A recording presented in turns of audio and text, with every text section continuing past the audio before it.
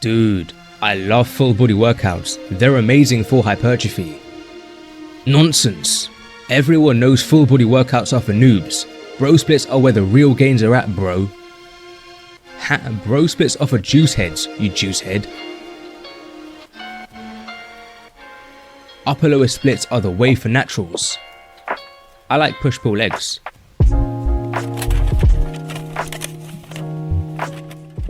In this video, we're going extremely deep into the science comparing different training frequencies and splits for muscle hypertrophy. Briefly, full body workouts, needless to say, involve training all muscle groups in one session. Anywhere from 2 to 5 full body training sessions are commonly performed per week. Bro splits isolate muscle groups on different days of the week. Muscle groups are typically trained with a frequency of once or twice a week here. Upper lower splits train your upper and lower body muscles on separate days. Commonly, 2 upper and lower body sessions are performed weekly, resulting in you training muscle groups at a twice per week frequency. Though, performing 3 upper and lower body sessions each week is also possible. This results in you training your muscle groups with a 3 times per week frequency. Finally, push-pull legs train your pushing, pulling, and leg muscles on separate days. Such a schedule means muscle groups are hit with a frequency of twice per week. Before diving into the science, let us overview some history of training splits. If you do not care about the history, feel free to skip to the time point shown on screen where we begin examining the training frequency research.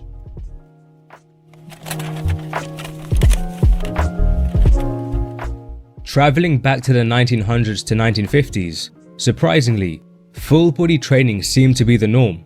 It appears Eugene Sandow, often called the father of bodybuilding, and other legends within the sport, like Reg Park, an idol of Arnold, trained with full body routines. For example, I stumbled across a newspaper article written by Reg Park himself, detailing his training preparation for the 1958 Mr. Universe competition. Part of this prep consisted of 3 full body weekly workouts.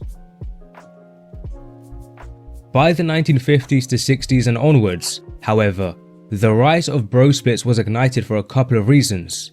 Firstly, it appears the Weider brothers, businessmen with their own supplements, magazines, and bodybuilding competitions, are credited with popularizing bro splits through their magazine writings. Partly, it seems the Weider brothers' promotion of bro splits was to help distinguish themselves from other businessmen in the fitness world. Secondly, while evidence exists of occasional bodybuilding competitions before the 1930s, it was in the decades after bodybuilding competitions became more regular and prominent. As an article by Barbend puts it, if no bodybuilding competition exists, focusing on your biceps peak seems somewhat pointless. Thus, the rise of regular and prominent bodybuilding competitions likely also contributed to bro splits becoming more favorably looked upon by bodybuilding enthusiasts. Thirdly and finally, during what's now sometimes called the golden era of bodybuilding, legendary figures like Arnold and Frank Zane were known to train and promote bro splits. In Arnold's Encyclopedia of Bodybuilding, published in 1985, bro split routines were detailed. Back to today, the popularity of bro split seems to remain in the bodybuilding sphere. A 2022 study by Hackett and colleagues had 235 competitive bodybuilders complete an online survey and found 85.5% of them use split routines. It may be worth also noting 53.6% of all surveyed bodybuilders use performance-enhancing drugs. With regards to upper-lower splits and push-pull leg splits, I was unfortunately unable to find any resources detailing their history. Nevertheless, let us now transition to examining what the research has to say on the optimal training frequency for muscle hypertrophy.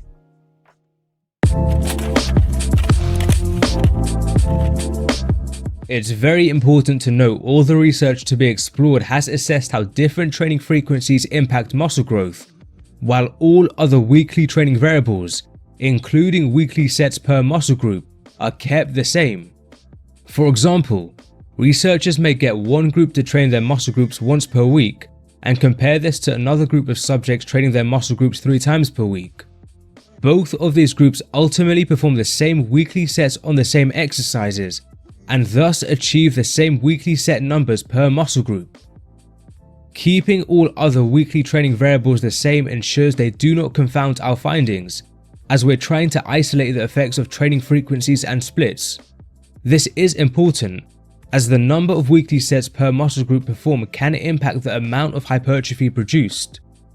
Nevertheless, some individuals believe in the real world, higher training frequencies are a practical way to increase the number of weekly sets performed per muscle group. This is a fair point, and it's something we'll address a little later on. With that out of the way, let's get on to the literature.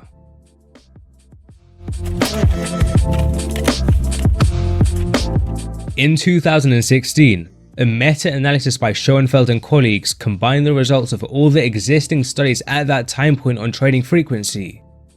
It was found with all other weekly training variables equal, training a muscle group twice per week was better than once a week. Due to limited data, the researchers couldn't speculate on if training a muscle group 3 or more times per week provided more benefit. To this day, many people seem to run with this data saying bro splits are scientifically inferior, as bro splits typically involve training a muscle group once a week. Full body workouts, upper-lower splits, and push-pull leg splits were thought to be superior as all these involve training a muscle group at a frequency of 2 or more times per week. You might have come across numerous Instagram posts expressing these very ideas. Yet, there are major problems here. This analysis was conducted 6 years ago and only involved 7 studies. Fortunately, Schoenfeld and colleagues conducted an updated meta-analysis in 2019. This is currently the most up-to-date official meta-analysis examining training frequency and muscle hypertrophy. 13 studies were included in this analysis this time around. It was found with all other weekly training variables constant, training frequency did not affect muscle growth. That is, no particular training frequency was superior for muscle hypertrophy. An important point is out of the 13 studies included, 11 had subjects trained with a total of 12 weekly sets per muscle group or fewer. Thus, the most accurate conclusion from this analysis is when training with a total of 12 or fewer weekly sets per muscle group, no particular training frequency or split seems to be superior. Bro splits, full body workouts, upper-lower splits, and push-pull leg splits are all viable. Let's briefly examine a few studies included in this analysis underscoring this point. Gomez and colleagues recruited 23 trained men with an average bench press 1 rep max of 103 kilograms and an average squat 1 rep max of 132 kilograms.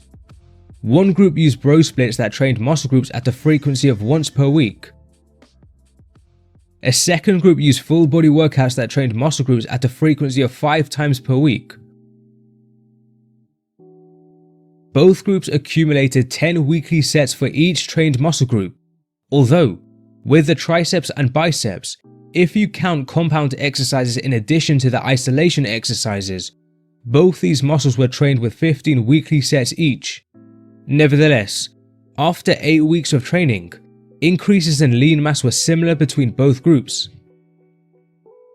Another study by Ochi and colleagues recruited untrained subjects and had them train their leg extension only. One group performed 6 sets on 1 day per week. Another group performed 2 sets across 3 days per week. After 11 weeks of training, increases in quadriceps thickness were similar between both groups. Therefore, this study potentially suggests with low weekly set numbers, training a muscle once a week, as done with bro splits, may be similarly effective to training a muscle 3 times per week, as done with full body workouts. Regarding upper, lower and push-pull leg splits, we know these typically train a muscle at a frequency of twice per week. Again, with 12 or fewer weekly sets per muscle group, there is likely nothing superior or inferior with a twice per week frequency. As an example, you and colleagues recruited 18 trained men with an average bench press 1 rep max of 77 kilograms and an average squat 1 rep max of 103 kilograms.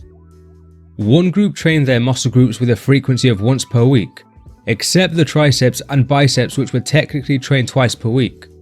while another group trained their muscle groups with a frequency of twice per week, except the biceps and triceps, which were technically trained 4 times per week. Both groups trained all muscle groups with 4 to 12 weekly sets. However, if you count compound exercise sets towards triceps and biceps weekly set numbers, the biceps were trained with 16 weekly sets while the triceps were trained with 24 weekly sets. After 6 weeks of training, both groups did not statistically differ in vastus medialis and elbow flexor thickness gains. So, it seems when performing 12 weekly sets per muscle group or fewer, all training splits and frequencies appear viable and similarly effective for building muscle. Hello there. What's going on? This is Vince with vshred.com. Now, if I was your trainer...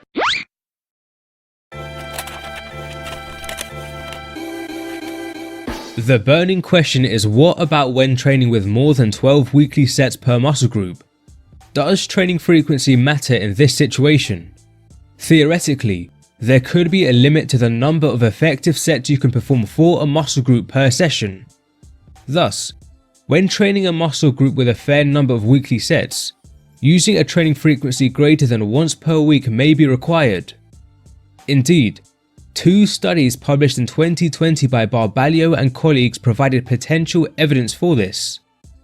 Both studies were designed the same, but one study was done on trained men while the other on trained women. Subjects only trained their muscle groups at a frequency of once per week. One group trained with 5 weekly sets per muscle group, the second with 10 weekly sets, the third with 15 weekly sets, and the fourth with 20 weekly sets. As subjects trained muscle groups with a frequency of once per week, the number of weekly sets performed for a muscle group was equivalent to the number of sets performed for a muscle group per session. Overall, 5 to 10 sets were sufficient for increasing muscle size. In fact, the data of the study shows slightly worse muscle size increases when training with 15 to 20 sets. Hence, this data potentially indicates on a per session basis, as remember, the study used a frequency of once per week. Performing between 5 to 10 sets per muscle group might be the limit to the amount of productive volume you can perform per session. If you want to perform more than 5 to 10 weekly sets for a muscle group, distributing this weekly sets across a higher frequency of days may be necessary. However, we have a problem. These 2 studies by Barbalio and colleagues have since been retracted, probably because the data presented in the study was not legitimate. It's been established many studies conducted by Barbalio and colleagues contain atypical and improbable data. So, these Barbalio studies cannot help our quest to establish the optimal training frequency with higher weekly volumes. Fortunately, we do have other valid data.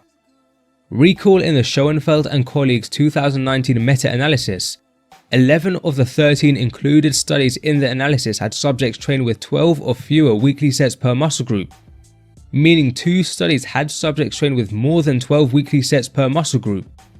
Moreover, since 2019, 3 additional studies have been published comparing different training frequencies when subjects train with more than 12 weekly sets per muscle group. So in total, we currently have 5 studies. Allow us to overview them. Evangelista and colleagues recruited untrained men with an average 60 kg bench press 1 rep max and an average 87 kg back squat 1 rep max. These numbers, particularly the squat numbers, are quite impressive for untrained individuals. Anyway, a bro split routine group trained their muscle groups at a twice per week frequency, while a full body group trained muscle groups at a 4 times per week frequency. Both groups accumulated 16 weekly sets per muscle group. However, if we include compound exercise sets towards the weekly biceps and triceps counts, the triceps were trained with a whopping 40 to 48 weekly sets, while the biceps were trained with 32 weekly sets. Now, although both groups performed the same weekly set numbers for their muscle groups, except for the triceps, exercise selection slightly differed between the bro split and full body groups. The bro split group used a little more exercise variety. Nonetheless, after 8 weeks of training, increases in quadriceps, triceps, and biceps thickness were similar between both the bro split and full body groups, suggesting even with higher weekly volumes, bro splits may be comparable to full body workouts. Bragato and colleagues also suggest training frequency may not matter much with higher weekly volumes. These researchers recruited trained men whose average bench press 1 rep max was 94 kilograms and squat 1 rep max was 125 kilograms. Two groups trained with a split routine. One group trained their muscle groups with a frequency of once per week, while the second group trained their muscle groups with a frequency of twice per week. Both groups accumulated 16 weekly sets per muscle group, though, if we counted compound exercises towards biceps and triceps weekly set counts, both these muscles were trained with 24 weekly sets. After 8 weeks of training, increases in triceps, biceps, vastus lateralis, and anterior quadriceps thickness were similar between both groups, suggesting with higher weekly volumes, a frequency of once per week may be similar to twice per week. Thus, combining this Bragato study with the Evangelista study, they potentially indicate training splits and frequency may not matter with higher weekly volumes either. However, the remaining 3 studies do not support this conclusion. Zeroni and colleagues recruited men with an average bench press 1 rep max of 99 kilograms and an average squat 1 rep max of 109 kilograms. A bro split group trained their muscle groups at a once per week frequency, though the triceps and biceps would have been trained twice per week if we consider compound exercises. A full body group trained their muscle groups at a frequency of 5 times per week. Both groups accumulated 15 weekly sets for all muscle groups, but for the biceps and triceps, if we count compound exercises, both these muscle groups were trained with 30 weekly sets. After 8 weeks of training, increases in triceps, biceps, and vastus lateralis thickness were superior for the full body group versus the bro split group, indicating with higher weekly volumes, full body training may be superior to bro splits. Yet, another study by Bartolome and colleagues somewhat directly conflicts with this study. These researchers recruited trained men with an average bench press 1 rep max of 96 kilograms and an average squat 1 rep max of 108 kilograms. A bro split group trained their muscle groups at a frequency of once per week, though the triceps, considering compound exercises, would have been trained twice per week. A full body group trained their muscle groups at a frequency of 3 to 4 times per week. Both groups accumulated 15 weekly sets for the chest and 20 weekly sets for their quadriceps, while the trapezius was trained with around 25 indirect weekly sets. After 10 weeks of training, increases in thickness of the chest were similar between both groups, but increases in thickness of the vastus lateralis and trapezius were superior for the bro split group, suggesting bro splits overall to be superior to full body training with higher weekly volumes, thus somewhat conflicting with the Zeroni and colleagues study. Making things even more confusing, we have the final study by Las Vicias and colleagues. These researchers recruited trained men with an average bench press 1 rep max of 79 kilograms and an average back squat 1 rep max of 161 kilograms. An upper-lower split group trained their muscle groups with a frequency of twice per week. A full body group trained their muscle groups with a frequency of 3 times per week. Both groups accumulated 36 weekly sets for the quadriceps and 12 weekly sets for the triceps and biceps. However, if we counted compound exercise sets towards triceps and biceps weekly sets, both of these muscles were trained with 24 weekly sets. After 10 weeks of training, increases in thickness of the rectus femoris, vastus lateralis, biceps, and triceps were superior for the upper-lower split group versus the full body group, suggesting with higher weekly volumes, a frequency of twice per week, as achieved with upper-lower splits, is more beneficial than a frequency of 3 times per week, as achieved with full body workouts. When combining all of these 5 studies, it's utterly confusing as the findings are conflicting. 2 studies suggest training frequency did not impact hypertrophy, One suggests full body workouts are superior to bro splits, another suggests bro splits are superior to full body workouts, and the final study indicates upper-lower splits are better than full body workouts.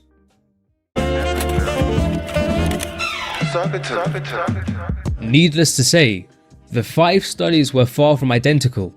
The precise training details between the studies differed. This could go some way towards explaining the conflicting results between studies. At this time, it's going to be impossible for us to figure this out. Even so, individual differences could also go some way to explaining the conflicting data, and this is a very important point. There's reason to believe different individuals can respond best to different training frequencies or splits. One paper by Damas and colleagues supports this. 19 untrained men were recruited and had one of their legs assigned to a high frequency condition, and their other leg assigned to a low frequency condition. Both legs were trained on the unilateral leg extension, with each session consisting of 3 sets of 9 to 12 repetitions to failure. With the high frequency leg, subjects did this 5 times per week. With the low frequency leg, subjects did the session 2 or 3 times per week. This design also meant volume was not equated. The high frequency condition would have accumulated 15 weekly sets for the quadriceps, while the low frequency condition would have accumulated 6 to 9 weekly sets for the quadriceps. Before and after the 8 weeks of training, vastus lateralis cross-sectional area was measured for both legs.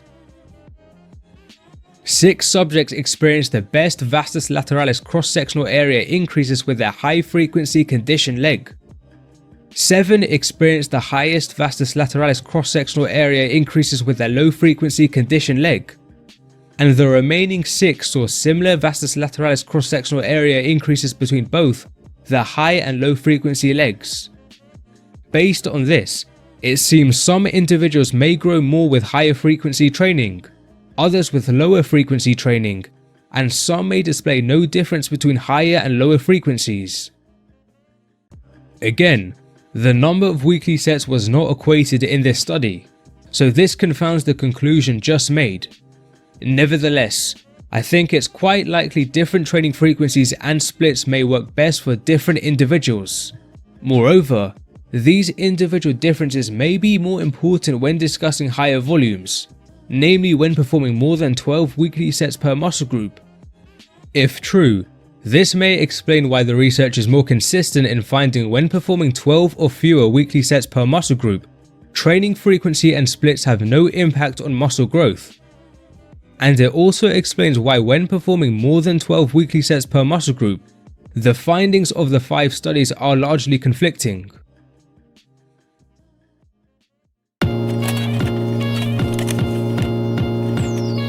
With the 5 studies examining the influence of different training frequencies when training with more than 12 weekly sets per muscle group, a vital consideration exists. Most of the studies had subjects use short rest interval durations between sets, 1 to 1.5 minutes, in their sessions. Except for the Bartolome study, which had subjects rest 2 minutes between sets, which might potentially be just about a long rest interval. Nevertheless, why is the fact most of the studies use short rest intervals important? It's because short rest intervals make each set less effective for building muscle. A couple of studies demonstrate with all other training variables equal, resting 2.5 to 3 minutes between sets produces more muscle hypertrophy than resting for 1.5 minutes or less. Now, the studies finding this largely used compound exercises, and it is likely this conclusion, 2.5 to 3 minutes of rest between sets is superior, applies to compound exercises only. Even so, we know the 5 studies overviewed earlier used numerous compound exercises. When using short rest intervals between compound exercise sets, 1.5 minutes or less, you likely have to perform extra sets to receive similar muscle hypertrophy. A study by Longo and colleagues demonstrates this. When performing 3 sets of repetitions to failure per session, resting for 3 minutes between sets produced greater increases in quadriceps cross-sectional area versus resting for 1 minute between sets. But When performing 4 to 5 sets of repetitions to failure with 1 minute rest between sets, muscle growth was similar to performing 3 sets of repetitions to failure with 3 minutes of rest between sets. How does this information tie into training frequency? Earlier we stated there could be a limit to the number of effective sets you can perform for a muscle group per session. If true, the limit would likely be lower when using long rest intervals between sets. This is because long rest intervals between sets makes each set more effective. The limit would probably be higher when using short rest intervals between sets, as short rest intervals between sets makes each set less effective for building muscle. As most of the 5 studies use short rest intervals, maybe this explains why many of them found bro splits or lower frequencies to be viable. As the limit to the number of effective sets for a muscle group per session would be higher with shorter rest intervals, perhaps none of the subjects training with bro splits or lower frequencies exceeded this limit.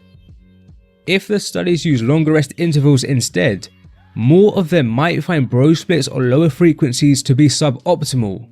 The subjects training with bro splits or lower frequencies might exceed the limit to the number of effective sets that can be performed for a muscle group per session, as this limit would be lower when using long rest intervals. To rephrase all this, if the studies exploring how different training frequencies compare when training with more than 12 weekly sets per muscle group use longer rest intervals, 2.5 to 3 minutes, they may find lower frequencies to be inferior as subjects would exceed the limit to the number of effective sets that can be performed for a muscle group each session. Of course, this is very much speculation, but is there any research that could help us verify anything we've just said? There is indeed some potential data. A study by Ogasawara and colleagues subjected the gastrocnemius of rats to sets of 10 electrically induced muscle contractions, using 3 minutes of rest between sets, a long rest interval. They found muscle protein synthesis progressively increased up to performing 10 sets of this per session, but muscle protein synthesis was less when performing 20 sets per session, suggesting anywhere from 10 to 20 sets may be the limit to the number of effective sets that could be performed for a muscle group per session. Of course, limitations of this data are rats were studied and muscle protein synthesis measurements were taken, not actual muscle growth. Another study by Damas and colleagues, conducted on humans, found little difference in myofibrillar protein synthesis between training with 8 and 12 sets for the quadriceps in one session. 2 minutes of rest between sets was used, which is probably just about a long rest interval. Therefore, this study suggests there's little benefit to performing more than 8 sets for a muscle group per session with longer rest intervals. Again though, this data is limited as it only explored protein synthesis, not actual muscle growth. Finally, an analysis by James Krieger examined the current research on set numbers and found when resting 2 or more minutes between sets, muscle growth tended to plateau beyond performing 6 to 8 sets for a muscle group per session. However, a limitation is this analysis included studies done on trained and untrained individuals, and much of the studies done on untrained individuals did not exceed 6 sets for a muscle group per session. So much of the data points on the left from untrained individuals may bias the curve as untrained individuals have greater muscle growth capacity. Furthermore, it's possible weekly set numbers could also confound this analysis. Much of the data points to the right of the graph come from studies having subjects perform a high number of total weekly sets for a muscle group. Thus, the lower muscle growth in this area could be a result of performing too many weekly sets and perhaps under-recovering, rather than performing too many sets on an individual session basis. Even so, when combining the Ogasawara and colleagues study, the Damas and colleagues study, and the analysis by James Krieger, 6 to 10 sets for a muscle group per session might be the limit. But again, these data have their respective limitations. Future research is unquestionably required to examine things further. As a final counterpoint, recall the Bartolome and colleagues study had subjects rest 2 minutes between sets, which may just about be a long rest interval. Yet this study found bro splits were overall superior to full body workouts. In fact, the bro split group was performing 20 sets for the quadriceps in one session. Thus, this study might oppose the suggestions we've made. Perhaps there's no practical limit to the number of effective sets that can be performed for a muscle group per session. But this is only a single study too.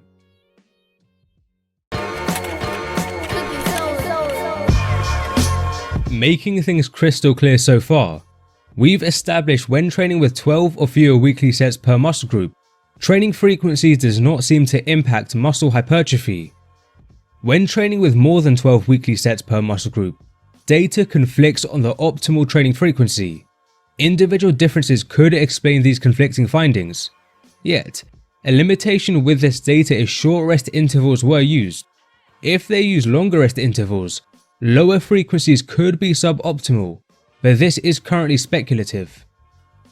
Moving on, we know all the training frequency research explored so far kept all other weekly training variables constant, including the number of weekly sets performed for a muscle group. This was simply because we want to isolate the effects of training frequency and not have other training variables confound stuff. But away from the lab and in the real world, increasing training frequency can be a tool to help increase the number of weekly sets you perform for a muscle group. For example, a person might be performing 2 full body workouts per week, so each muscle group is trained at a twice per week frequency. Then, to further increase the number of weekly sets performed for their muscle groups, they add a 3rd full body workout per week. Now, why would a person even want to increase the number of weekly sets performed for a muscle group? Some evidence suggests modestly increasing the number of weekly sets performed for a muscle group in trained individuals can accelerate muscle hypertrophy. Ube and colleagues found in men with at least 3 years of training experience, there was no statistical difference in anterior thigh growth between performing 12, 18, or 24 weekly sets for the quadriceps. However, when the researchers split all subjects into either a low responder, high responder, or moderate responder group, something interesting was found. Remember, the subjects of this study had at least 3 years of training experience and were training before the study took place. It seems that those that grew their anterior thigh the most in the high responder group had increased their weekly sets by the greatest number relative to what they were doing before the study. In other words, increasing the weekly sets performed for a muscle group seems to be an effective way to accelerate muscle hypertrophy for these trained folks. Another study by Scarpelli and colleagues recruited trained men and had them train the unilateral leg extension and unilateral leg press twice per week for 8 weeks. With one leg, each subject individually performed 20% more weekly sets for their quadriceps than what they were doing before the study. With their other leg, all subjects performed a prescribed number of weekly sets for the quadriceps. This was 22 weekly sets. It was found vastus lateralis growth was greater for the leg performing 20% more weekly sets.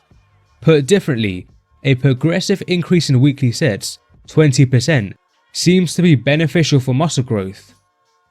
An interesting point is for 8 out of the 16 subjects, the prescribed number of weekly sets, 22 weekly sets, was actually more than 20% of the weekly sets they had been performing for their quadriceps before the study. It ranged from being 30% to 120% more weekly sets than usual for these subjects. Yet, results still favoured the leg that performed 20% more weekly sets. This finding emphasises that larger jumps, 30 to 120%, in weekly sets are not necessarily better than more modest, 20%, increases in weekly sets for muscle hypertrophy. In summary, modestly increasing the number of weekly sets you perform for a muscle group seems to be an effective way to accelerate muscle hypertrophy in trained individuals. Increasing training frequency can be a tool to help increase your weekly set numbers.